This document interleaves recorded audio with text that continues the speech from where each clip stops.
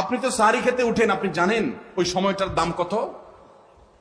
আমরা বেশিরভাগ মানুষ জানি না ভোর রাতের এই সময়টার দাম কত।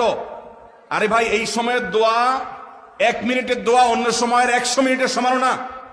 অন্য সময়ের 100 মিনিটও এই ভোর রাতের 1 মিনিটের সমান না। এত মূল্যবান সময়।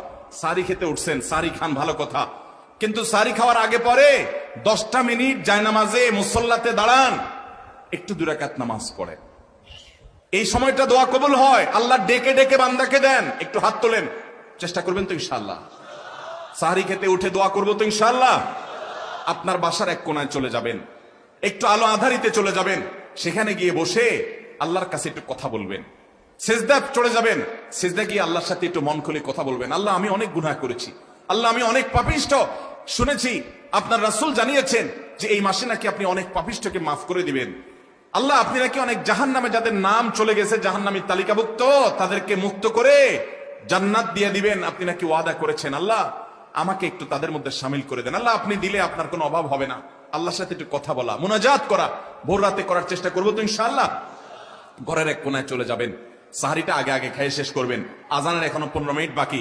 চলে যান এক কোনায়, উযু করে দাঁড়ায় যান 2 রাকাত নামাজে, চলে যান সিজদায়, একটু দোয়া করেন। নিরিবিলি জায়গা যদি বাসায় না থাকে, ছাদে চলে যান, মসজিদে আগে চলে যান, এক কোনায় চলে যান। এই সময়ের 10টা মিনিট অন্য সময়ের ঘন্টাকে ঘন্টার চাইতে মূল্যবান। চেষ্টা করবো তো ইনশাআল্লাহ? ভাইরা আমার, সিয়াম আমাদেরকে হারাম ছাড়ার প্রশিক্ষণ দেয়। সিয়াম আমাদেরকে বলে তোমার যা মনে চায় তা করতে পারবা না। অনেক অবৈধ কাজ করার সুযোগ আসে, তোমার মনেও চায়, কিন্তু করা যাবে না। কারণ যে তুমি রোজা রয়েছো, রোজা রেখে তুমি ট্রেনিং নিয়েছো যে পানি থাকলেই খাওয়া পান করা যাবে না, খাদ্য থাকলেই খাওয়া যাবে না, ক্ষুধা থাকলেই খাওয়া যাবে না, আল্লাহর ভয়ে বেঁচে থাকতে হবে। এই বিষয়টাকে সামগ্রিক জীবনে অ্যাপ্লাই যেন করি, সেই শিক্ষাটাই রমজানের রোজা আমাদেরকে দেয়। আল্লাহ আমাদেরকে সেই শিক্ষা গ্রহণ করার তৌফিক দান করুন। ভাইরা আমার, এক কথা বুঝতে চান, এক কথায় যদি বলি রোজা কি, তাহলে আপনি বলতে পারেন রোজা বলা হয় সবরের নাম। রোজা কিসের নাম ভাই? সবরের নাম।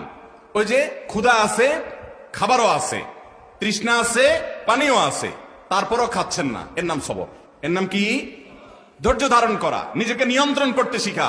আমাদের যুবকদেরকে উচ্ছৃঙ্খল হওয়ার জন্য হাজারটা আয়োজন, ভোগবাদী এই সমাজে আছে।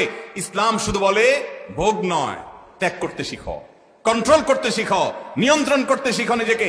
যেখানে সেখানে ডাইরেক্ট হয়ে যাওয়া নয়, নিজেকে আটকে রাখা, নিয়ন্ত্রণ করা, সবর করা। সবর মানে শুধু বিপদে ধৈর্য ধারণ করার নামই সবর নয়। সবর মানে নিজেকে যে কোনো কাজে আবদ্ধ করে ফেলা, এটা হলো সবর।